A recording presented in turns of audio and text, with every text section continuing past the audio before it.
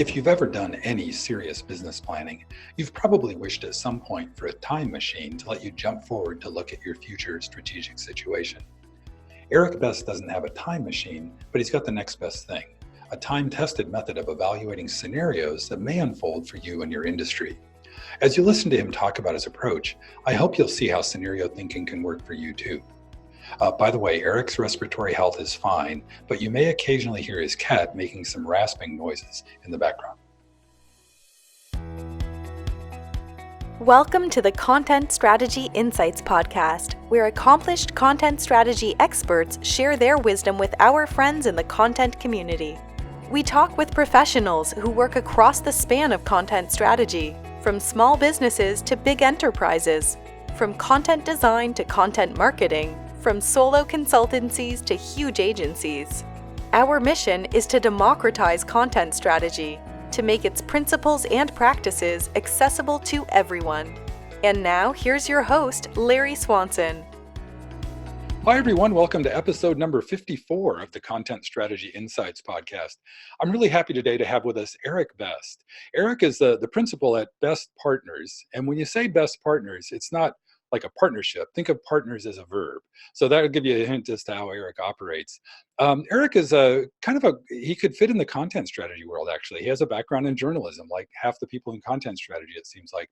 But Eric took a different path. He had a very distinguished journalism career. He worked for a local paper in Lowell, Massachusetts, and he went on to other gigs, including the San Francisco Examiner, where he was the enterprise editor. He was a Neiman Fellow. He had a very distinguished and long career in journalism. But after that, he realized that his storytelling skills could be applied elsewhere, and that led him to a career in consulting. He did that for about 5 years with an outfit called the Global Business Network, which he helped found and built into one of the most prominent scenario planning businesses in the world, I guess. And then from there, he went on to Morgan Stanley, where he worked for 10 years in-house doing strategy work and scenario planning work. His clients include all the big ones, Deutsche Bank and Motorola and the CIA and CalPERS, the California State Public Employee Retirement System, and other consulting companies like McKinsey. So anyhow, Eric has a really distinguished background. I'm delighted to have him on. And Eric, tell the folks a little bit more about yourself. Well, thank you, Larry. I don't want to start by correcting you, but let me just correct small things there. How I went from journalism to consulting wasn't quite so much about seeing an opportunity to apply storytelling. It was more, I totally ran out of money. I had $904 in August of 1990. Yes, 1990. And I know why I know that. So it was, necessity is the mother of invention. And the second thing is I can't claim to have been a founder of GBN, Global Business Network. I joined it when it was just starting, getting off the ground. It was founded by 5 guys, a few who came out of Royal Dutch Shell and some others. And I was lucky enough to, be in the right place at the right time to learn something that would, turn out to be really great for me. But sometimes I think I illustrate the point that planning is what you do until life happens, and then you do what you do because you must or because you want to. So anyway, I didn't even begin to answer your question a little bit about me. Well, no, but thanks for fact checking me, because your journalism skills are still really strong. So. Well, listen, it's also easy to understand why, somebody gets an impression that you describe it a certain way and that sounds good. And then it gets picked up and repeated. And before you know it, that's history. And it's a good reminder of, well, you know what? History is made of human beings making up stories about stuff they think they know. And I've come to the view that, this idea of the whole truth, it's just an idea. You're never going to know the whole truth, no matter, even if you think you know the whole truth. You don't even know necessarily how you came to that conclusion. So we need to be humble in the face of that, I guess. And, Is that what you just said? Is that one of the benefits of scenario planning? This awareness that there's many options, alternatives, and ways of seeing the world? Yeah, I would say, well, the way it came to me is once you acknowledge that there are multiple futures possible and plausible that are worth thinking about, because the world is not going to develop according to anybody's prediction. It won't be the way you thought it was going to be. It'll be some other way. And that's the whole reason that you would entertain scenario thinking, because you want to prepare your mind for the things that might possibly happen that'll be different from your official future. Once you acknowledge that there are multiple futures, you should acknowledge that there are multiple histories. If we went into the library and we looked for the history of the Civil War, we would find, volumes and volumes and volumes and volumes and volumes. Is one of them true and the rest are false? No. They're all trying to get at something. And scenario thinking, looking forward, is trying to get at something which you may identify and name, and it will turn out that that actually did happen. Doesn't mean you predicted it. It just means you were somehow clever enough to think about it. But the things that do happen are more likely to be like something you thought about, and therefore you will be more prepared than if you hadn't thought that. And that's the whole purpose of doing it. That's the conceit about the discipline called scenario thinking. It will prepare your mind in ways your mind would not be prepared if you didn't do it, and that will be a good thing. And I think I could, prove that with evidence, but it's what I believe. No, that makes perfect sense to me. One of the things I like on your website, you talk about like how you approach, like the principles that guide you in your approach to scenario planning. Can you talk a little bit about that, like how you do scenario planning, like if you're working with a client? Yeah. Yeah. So let's say I'm talking to somebody here who has no idea what we're even talking about. What are you talking about? I would put it to you this way. The future is uncertain. Generally, we don't know what's going to happen, but we know that we're in a certain business, not some other business. So if we were in the shipping business, we would care about global warming and the rise of, 100-year storms happening every few years. That would be an uncertainty that we can understand categorically, and then we could think about it specifically. Well, wait a minute, how many storms? Where are they happening? Why do we think that's happening? What do we believe will be true about the severity of storms? Do we have enough insurance? Okay, so you think about a future in which there are a lot more storms, and you say, well, an implication of that future is we need more insurance. Okay, that's pretty straightforward.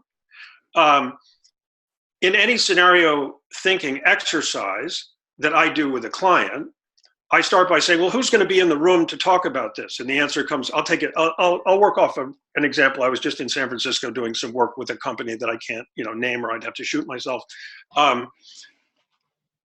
Who's going to be in the room? Well, the leadership group. Well, who is that? Well, it's about 20 people. If you take, the direct reports of the CEO and their direct reports, it's about 20 people. They run the place. They are a collective intelligence. They are a distributed brain. My process would be, I'm going to talk to each one of them individually in advance, and I'm going to just have a conversation with them about what is it that you worry about, think the future will be made out of, that's uncertain, that matters to the company, and I get lots of stuff back, okay? On the basis of that, I could tell them, or I could bring them into a room and let them tell me, what are the most important uncertainties in all of that? Which, if we just thought about those two big uncertainties in a structured kind of way, they would invite us to think about 4 different scenarios. Demand is high, demand is low. Supply is high, supply is low. But not exactly that, that sort of thing, in which, we see 4 equally plausible, logically sensible possibilities of the way the world could unfold. And then we're going to make up stories about how would that world unfold? If it did, what would happen in it? If that happened, what would happen to us? What would we wish we had done if we'd only known that was going to happen? So you go through all of this systematic thinking that's creative, that's storytelling. That's the way human beings really grasp reality. Mm-hmm. Okay? So as soon as you have that story idea planted, you start to tell us a story about it. You create the narrative how things would unfold in that scenario. Yeah, as if you have four groups in the room. You've divided them up into four for a reason, because you wanted to do four scenario constructs, and you're really trying to explore that logical world. Now, it could get as deep and detailed and quantified as you chose to make it. You could say, I think in this world, the millennials are really going to want to do this, and they're going to do it. And that might be enough for the purpose of the conversation. But you might afterwards say, well, wait a minute, exactly how many millennials in New York State do you think there are? And how many of them are going to do that because we have a big operation in New York State? You could go as deep into those kinds of weeds as you want in any of the worlds. But the idea is that after you've constructed the worlds and detailed what's going on in the worlds, why are they plausible? Why are they challenging? Why do they matter? What do they suggest to us for all four worlds, each one of which is not a prediction. It's just a description of the way the world could be. After you've listened to all of that, you come back into the present and you say, okay, having done all that, so what is it you think we should do? More of, less of, instead of, in addition to, because you get that distributed brain in the room and you run the engine with this material and things happen. Smart people have smart ideas. And so, you're going to get to some interesting conclusions. You may challenge ideas that exist in the company that people thought, oh, that's obvious. And suddenly they think, wait a minute, that's not so obvious. In fact, I don't even think that's true. And I could tell you stories about that from, my own history, seeing an executive in a position of authority going from, I don't think the European Union is going to happen. That's what he said on Thursday. And on Friday at 1:00, he said, it's going to happen. It's happening faster than I thought. We're not prepared. I'm going back to the office and, we're going to get onto this. So it works. It works to change the way people think and feel and act.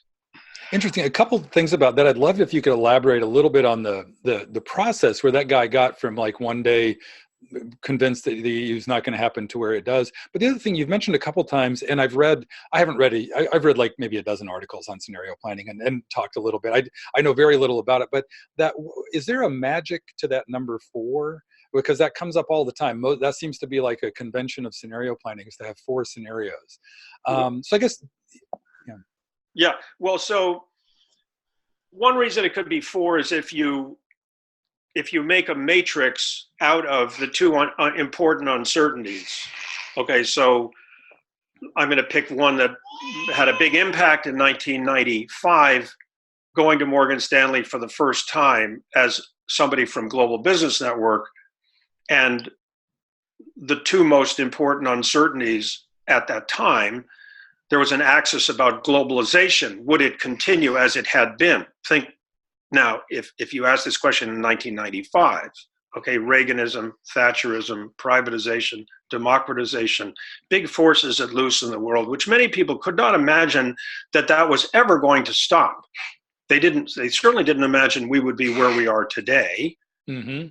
In, a serious trade conflict and with the levels of, political unrest, et cetera, that exist today. Then it seemed almost obvious, almost a foregone conclusion that globalization would proceed.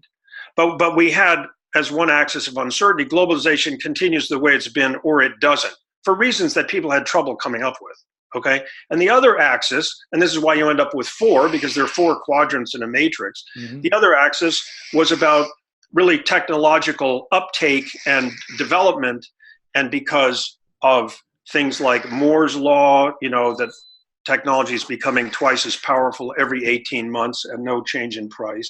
It's a very, very, very powerful fact.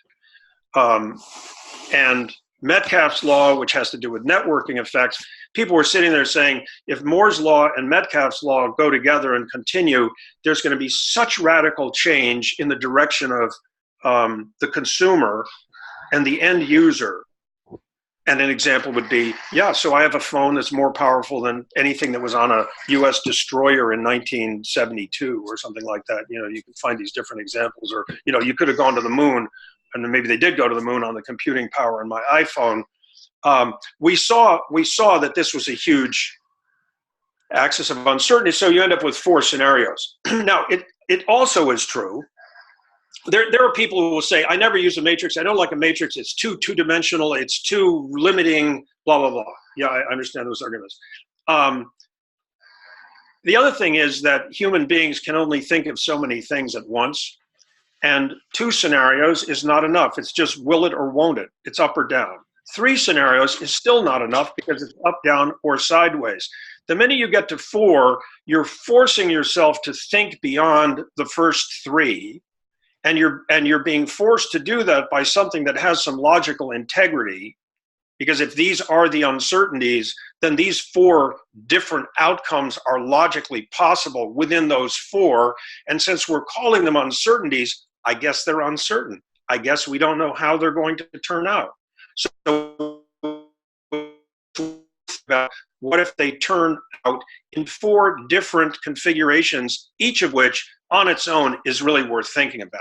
Now, that's why I say, look, it's not a Monte Carlo simulation. You can't do 150 scenarios. And by the way, I would encourage you not to do 5 because 4 is plenty for what you're trying to do. Having said that, I've had the experience of doing 4 and discovering a 5th scenario within the framework that turns out to be very interesting to think about. And an example of that would be in thinking through really financial economic scenarios for a big insurance company. The idea that we could be stuck somehow in low return world, low interest rate environment for really long times never happened before. That's unthinkable for people whose business depends upon the interest rate existing. So as we're right now, we're going, wow, look at this. I know how long ago that conversation was. And guess what? We've been stuck in that low return or that low interest rate environment for much longer than they thought they would be. And that was the 5th scenario we discovered in the conversation. Hang on, what if it's not about going further this way or further that way or further this way or further that way? It's about being here for a really long time. You've never been here for a long time. That's another example of the power of the thinking. You discover possibilities that are worth thinking about that you had not thought about. You just kind of answered my question about process, I think, in having that quad that by staying in there, you've kind of constrained the playing field, but then still a lot of stuff that can show up in there. Now you mentioned you said there could be as many as 20 people in like a meeting like the one you just did in San Francisco. How do you manage that? Just sort of the top level view of how you kind of like, do you do activities or workshop-y kind of stuff, or is a lot of back and forth conversation? How do you do that? So, yeah, it's funny. I've learned this over such a period of time that there are things I do now without really thinking about them, or, so it's interesting to try to deconstruct them. So the first thing is it has to be about the people themselves. It's what they think. They came into the room as themselves. They're going to leave the room as themselves. You hope you have some sort of influence on the dynamics among them, and you can enable them to have things in their head they didn't have in their head before. So they have to be really engaged all the way through. So if it's really simple in one way, and then it's the difference between craft and art. Somebody once said to me, well, what you're really doing is you're conducting music that's being written by the people who are playing it. Yes, that's a very good way to put it.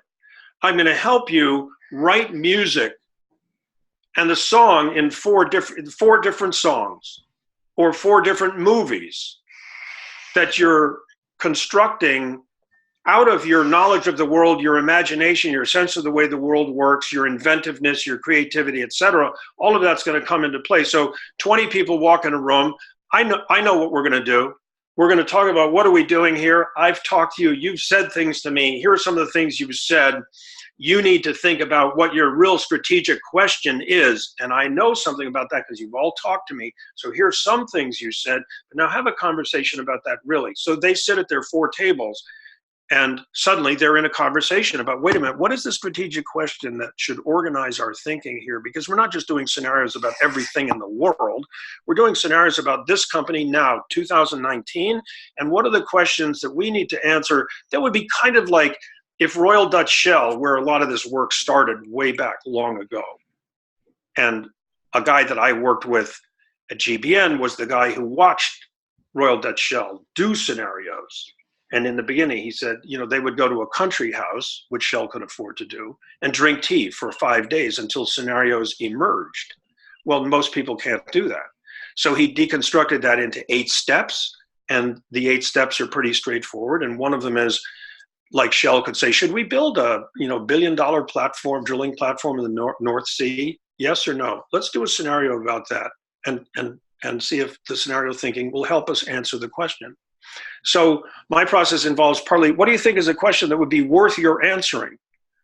And that conversation alone in this group of people is tremendously fruitful as they discover what they actually believe individually and collectively about what they should be doing, working on more of this, less of that. They know, they have a sense. And then that kind of orders the conversation in the next step, which is, if that's the question, what are the most important uncertainties?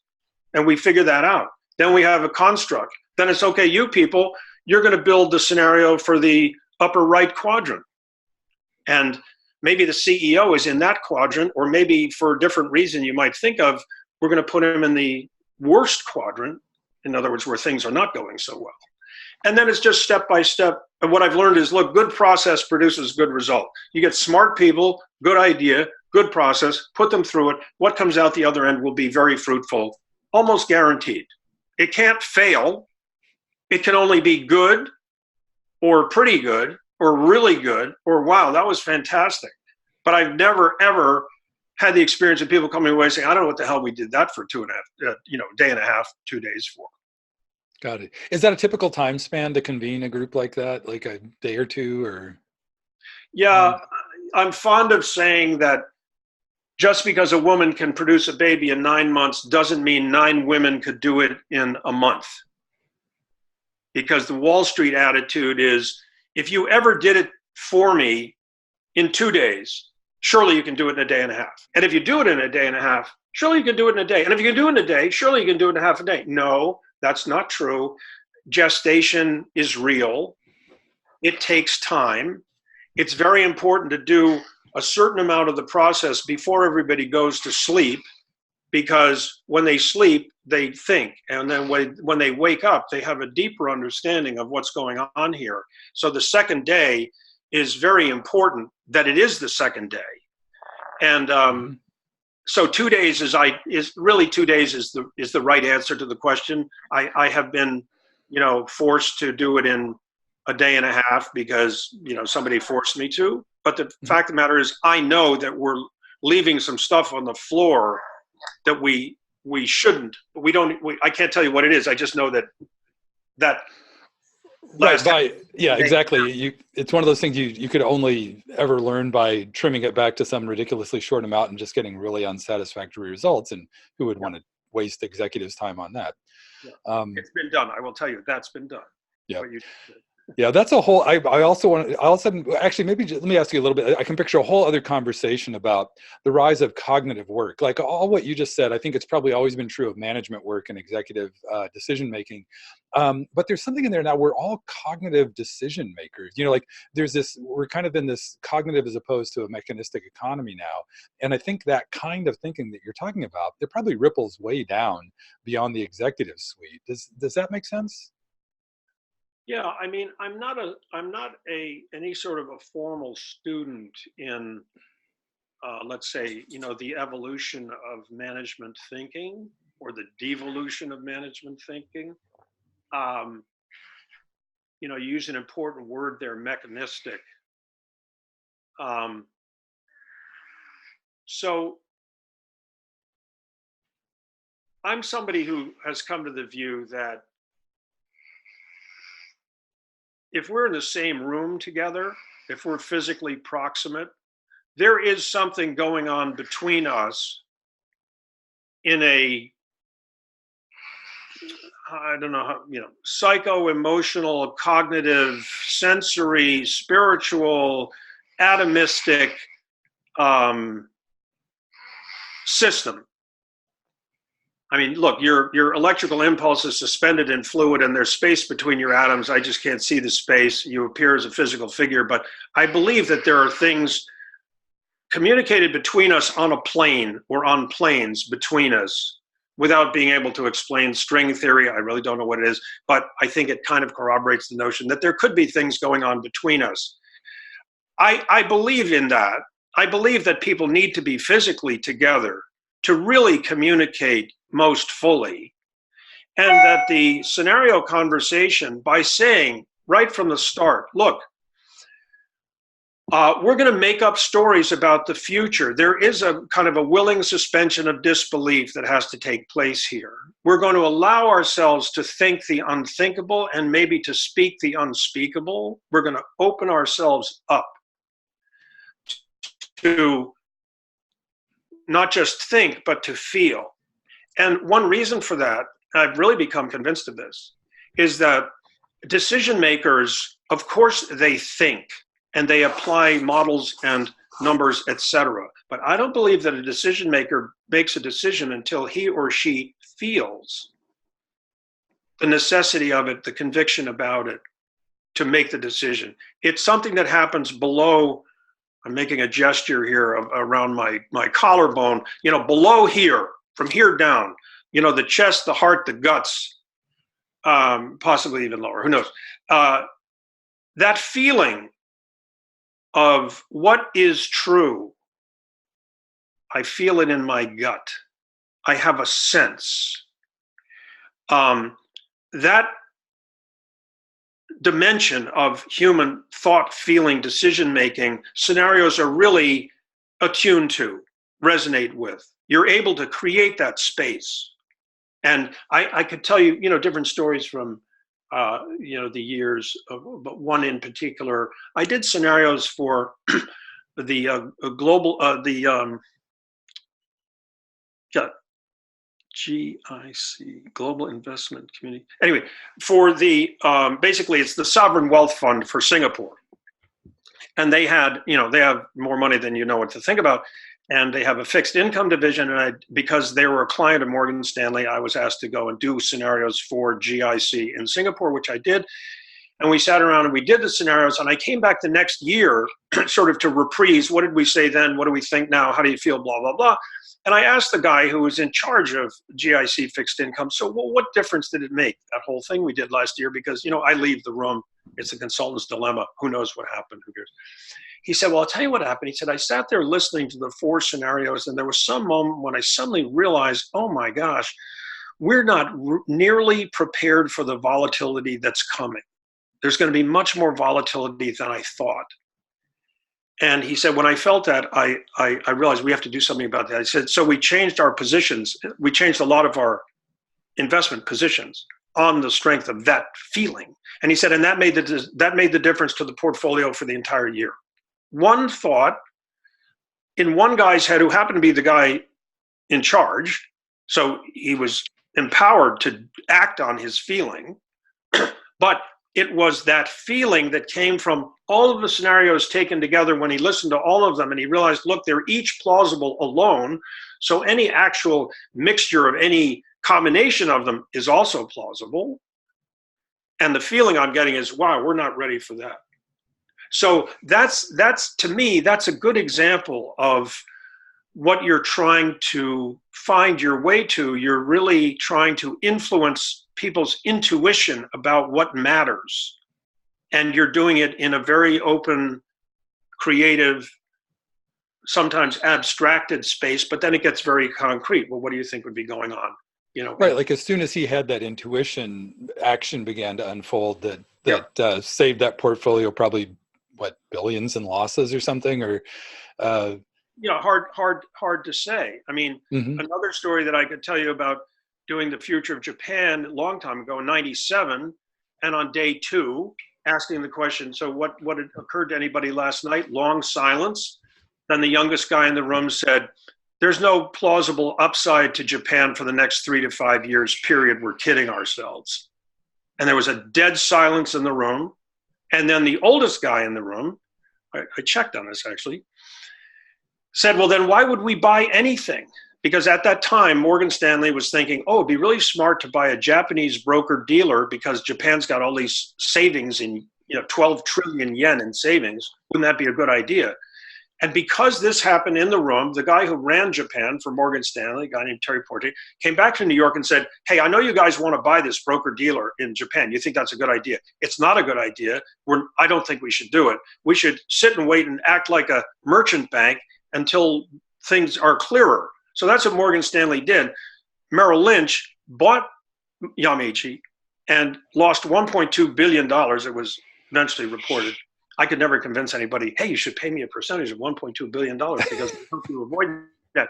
That would have been cool. But the point is that an idea came into the room. I also like to say, look, the most important idea can come from anybody, anytime.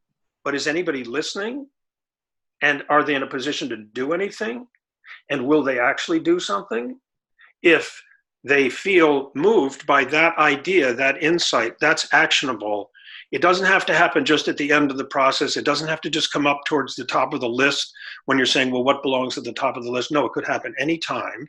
And the trick is to be open and aware and awake and responsive, and also courageous enough to say, look, that's the idea that I'm acting on. Yeah, I love that. I think there's a lot of people who have the idea that business is just this completely rational decision-making process, but you just made a really compelling case for the role of insight and intuition in that whole shooting match. Hey, Eric, we're coming up on time. And before we went on the air, Eric reminded me that there was research. Where was that done? I think you said, anyhow, that 30 minutes is about the attention span. Could you remind me of that, Eric?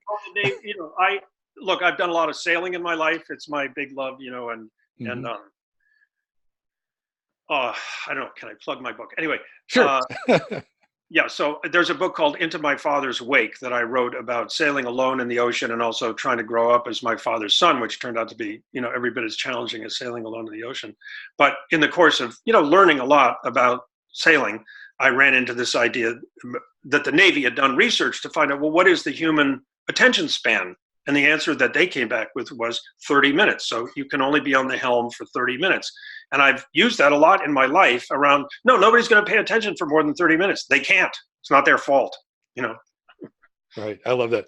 Well, hey, Eric, I want to give you one chance too. I know we're coming up on time on that 30 minutes, but I always like to leave a little room at the end. Is there anything that hasn't come up in the conversation or this that you'd like to share with my folks? Well, I'll just take something that's contemporary for me. I've spent so much of my life in this weird path. I went from journalism to consulting to scenario thinking in a big institution and then doing it on my own. So looking out at the future, look in the future, okay? But I find myself saying to my children, whatever that line is about, planning is what you do until life happens. I did a kind of a scenario exercise once for a screenwriter who was working on a movie for Steven Spielberg, and the movie would ultimately come into being called Deep Impact, about an asteroid hitting the Earth. And the screenwriter is Bruce Rubin, and he wrote Ghost and Jacob's Ladder. Very, very smart, deep, interesting guy, practicing Buddhist. And I went down and spent a few days with him to talk about, what would be the scenarios of the way the world would be if you knew an asteroid was coming, okay? And in the course of very early in the conversation, he said, I've been sitting here working on this, and I'm thinking to myself that really life is all about collisions between bodies of different sizes in time and space. Not just people meeting people, things happening, ideas happening. So it really got me thinking about how, yes, that's really true. Think how your parents met and then you were born. And those are about collisions, large and small, time and space. And it's happening all the time. Some people might believe, yes, and it's a divine plan that's unfolding. It's already been written. Some people believe that. I don't believe that. I believe that it's unfolding. There's what happens, and then there's what you do. So you have a plan. and then something happens. Now, what are you going to do? I find myself saying to my kids, it's very important to have an intention, maybe a vision of how you'd like your life to be, maybe an ambition that would take time to achieve. Those plans matter, intention matters. But also, what matters is being open to life as it's actually unfolding. So what's happening in the present, and paying attention to what's happening in the present, and being responsive to what's happening in the present, even though that was not part of your plan, that's a very important part of being human as well. And like so many other things, is it abstract? Is it concrete? It's both. Is it general or is it specific? It's both. Is it about having a plan or is it about being spontaneous? It's both. And so how you manage that is a measure of who you are, how you become, how you develop, how you grow. So the thing that I guess where I'm leading all this to is I think the most important thing, okay, how can it be the most important thing? There must be other things that are just as important. Okay, a very important thing is to be open, with your heart and be open with your guts and be willing to listen and try to understand.